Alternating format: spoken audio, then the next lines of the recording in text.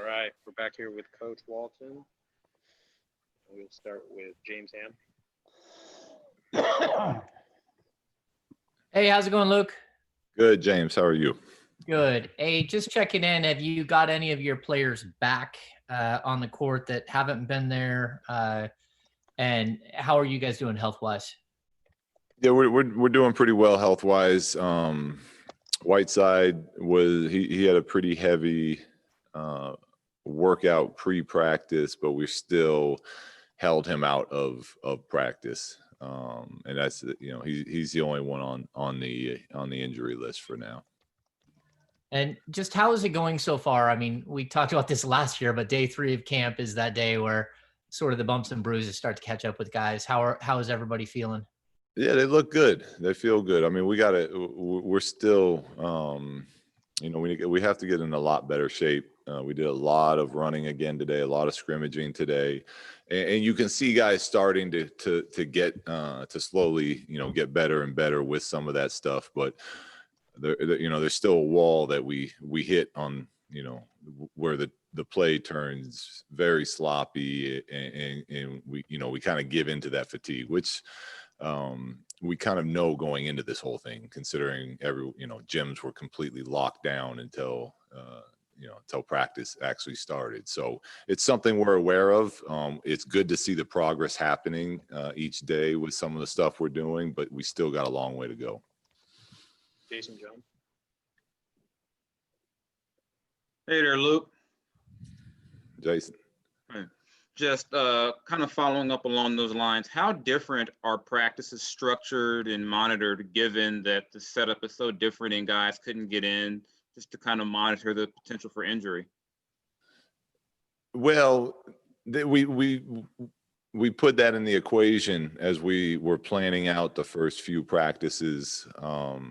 But like I've said, we got a good sports science team here, and we spent the first day of those 1-on-0 workouts that we were allowed to do, just doing conditioning and baseline and strength test. And to our players' credit, I don't know where they were doing it at, nor do I probably want to know because our gym was closed. But some of the, a lot of our guys were in pretty, pretty decent shape. They had taken care of themselves. So a lot of how long we're practicing right now has to do with injury prevention and the day-to-day reads we're getting on the amount of load that they're getting throughout the practices. But we feel pretty good about where we're at now as a group as far as injuries are concerned, Jason. Yeah. And I think last year, Belly was one of the guys who seemed to really take a flourish under you, and you were able to find some different things to do with him on the court, just in the desire to play more 5-out, speed up things. How important is having him on the team to that plan? Well, yeah, he's another he's a smart basketball player that is a dead-eye shooter, but he's also a skilled rebounder. He's somebody that can put the ball on the ground and play make for others. We can play him at the 4. We can use him in certain situations as a 5-man if we really want to space that floor for De'Aaron and Harrison and some of the other guys. So. Having him back and having another vet around a group of a lot of young players is as a coach something I'm excited about. Sean Cunningham. Hey, what's up, Luke? With the Friday, with having that in mind, where's the confidence level that it sounds like things are going to be okay for that game? Sounds like. As far as playing it? Yeah. Yeah. We're planning on flying out tomorrow, and then starting the process of what a game day will look like. With we'll have 2 tests: rapid testing, regular testing. Not being able to do any group work until the rapid testing results come back in. So there's a lot, about this weekend that's going to be good for our guys, as far as at least to start to get an understanding of what the new routine and norm will be when the season starts.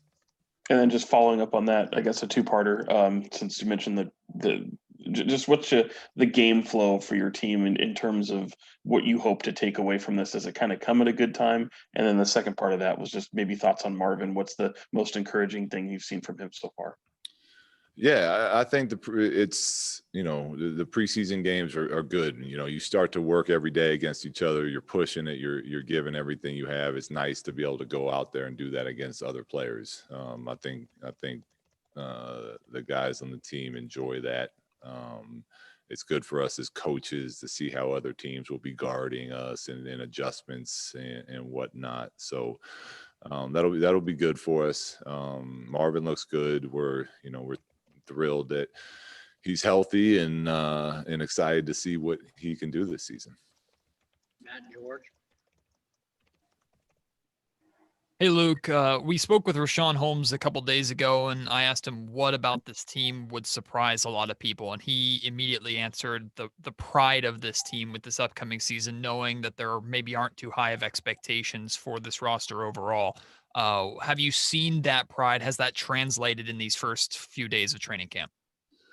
Yeah, our guys they've been going hard. Rashawn is one of those guys that plays with that edge and that energy and that communication, and it's great to have him out there.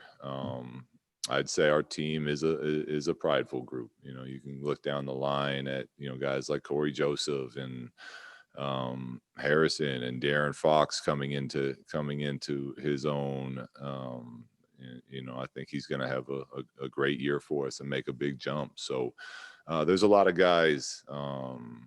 Buddy's a very confident player and takes pride in what he does. So yeah, we have a group of guys that expectations or not are planning on going out there and winning some games, as they should be.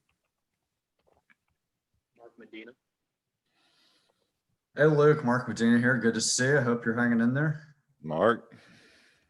So the fact that you guys have already gotten used to playing games without fans in the bubble, to what extent do you think that will make this process easier of playing games without fans in NBA arenas? And at the same time, what extra adjustments do you think are in play because the venues are going to be larger?